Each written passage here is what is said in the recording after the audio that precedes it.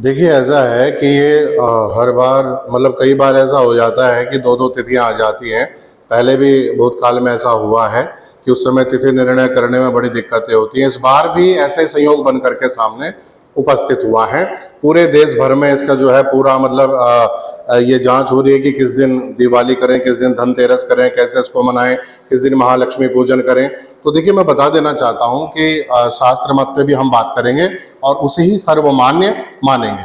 लेकिन पूरे देश में सभी विद्वत परिषद जो हैं, सब ने अपना अपना मत दिया है। किसी ने 20 तारीख का दिया है, किसी ने 21 तारीख का दिया है।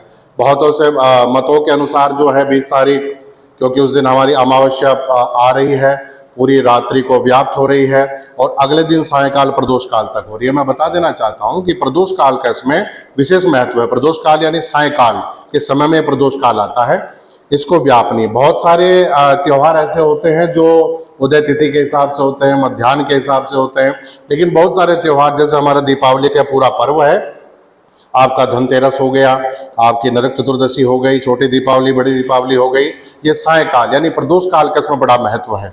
तो 20 तारीख में जो घटनाक्रम हो रहा है, ये लगभग 3:30 के लगभग 3:30 बजे के लगभग अमावस्या तिथि आ रही है और अगले दिन सायकाल तक जा रही है ना।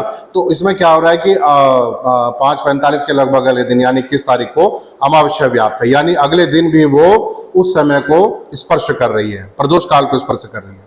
तो मान्यकारों ने तो ये भी कहा है कि वह 20 तारीख में, क्योंकि निशीत काल, प्रदोष काल, महानिशीत काल में ये व्याप्त है, इसलिए 20 तारीख ही दिवाली मनाना प्रशस्त होगा। लेकिन जब इसमें खोजबीन करते हैं, शास्त्र के कुछ वाक्य और भी देखते हैं, तो इसमें और भी बात निकल करके सामने आती है कि हमें क्या अगले दिन का भी विचार करना चाहिए क्या, या उसी दिन हमको दीपावली मनानी चाहिए।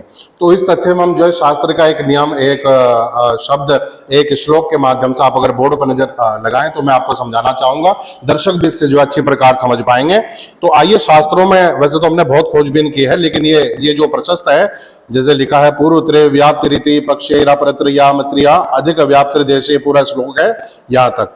तो इसका तात्पर्य है, इसका अर्थ है, यदि अमावस्या केवल पहले दिन व्याप्त हो तथा अगले दिन 3.5 प्रहर से अधिक व्याप्त हो और प्रतिपदा यानी जो उसके अंतर्गत प्रतिपदा आ रही है, वो प्रतिपदा भी उससे अगले दिन वृद्धगामिनी यानी रात्रि तक जारी है, 3 प्रहर बाद तक जारी है, समाप्त हो रही है, तो अमावस्या तिथि यानी जो दीपावली पूजन है वो अगले दिन, जैसे 20 और 21 2 दिन आ रही है, तो हम अगले दिन को लक्ष्मी पूजन करें, ये शास्त्र सम्मत बात है।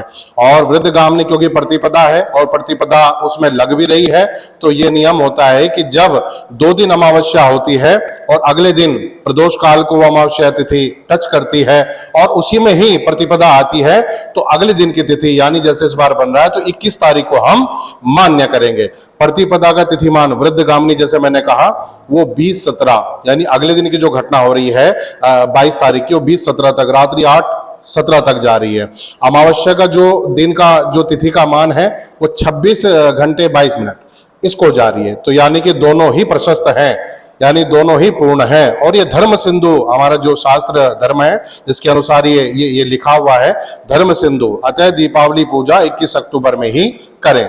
दूसरा आता है याम तिथि सांप्र प्राप्योदयम याति भास्करम, ये भी एक जो है श्लोक है हमारे शास्त्रों में, यानी पूर्णा तिथि उदय तिथि पर थोड़ी सी भी आ जाए तो उस दिन ही उसका जप दान अनुष्ठान आदि क्रिया करनी चाहिए। निर्णय सिंधु, धर्म सिंधु, पुरुषार्थ चिंतामणि, तिथि निर्णय, ये सभी ग्रंथों के अनुसार 21 अक्टूबर को ही व्याप्त होती है, यानी 21 अक्टूबर को हमें इस अनुसार मनाना चाहिए। अच्छा, यहाँ पर थोड़ा विवरण है, दर्शकों को आप दिखा देंगे।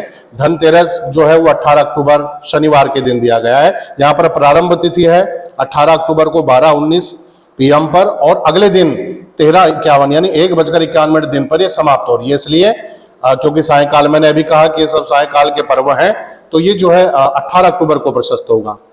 उसके बाद 20 अक्टूबर को सोमवार में नरक चतुर्दशी छोटी दीपावली मनाएंगे और उसके बाद 21 अक्टूबर 2025 मंगलवार में महालक्ष्मी पूजन ये करेंगे। आगे गोवर्धन पूजा का भी दिया गया है, 22 अक्टूबर को मनाएंगे और भैया दूज 23 अक्टूबर को ये मनाया जाएगा।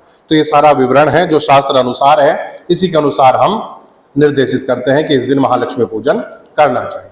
तो एक सवाल भी है कि ये जो धर्माचार्य हैं, ज्योतिषाचार्य हैं, इनकी बातों में इतने मतलब भिन्नता क्यों रहती है? एक जैसे जो शास्त्रों के अनुसार आप बता रहे हैं दूसरे धर्माचार्य दूसरी बात बता रहे हैं, यही इसी वजह से कंफ्यूजन हो रहा है। बिल्कुल बिल्कुल बिल्कुल, ये कन्फ्यूजन जरूर है, लेकिन कहीं कहीं ऐसा हो जाता है सुदूर इलाकों में कि सूर्यास्त या मान लें सूर्य की जो तिथि की स्थिति होती है, हालांकि उस अनुसार हो सकता है, लेकिन अमावस्या तिथि पे जितना पढ़ा है, जितना देखा है, क्योंकि पूर्णा तिथि है, पूर्णा तिथि अगर 3 प्रहर ऊपर जा रही है तो उसमें संकोच की कोई बात ही नहीं है।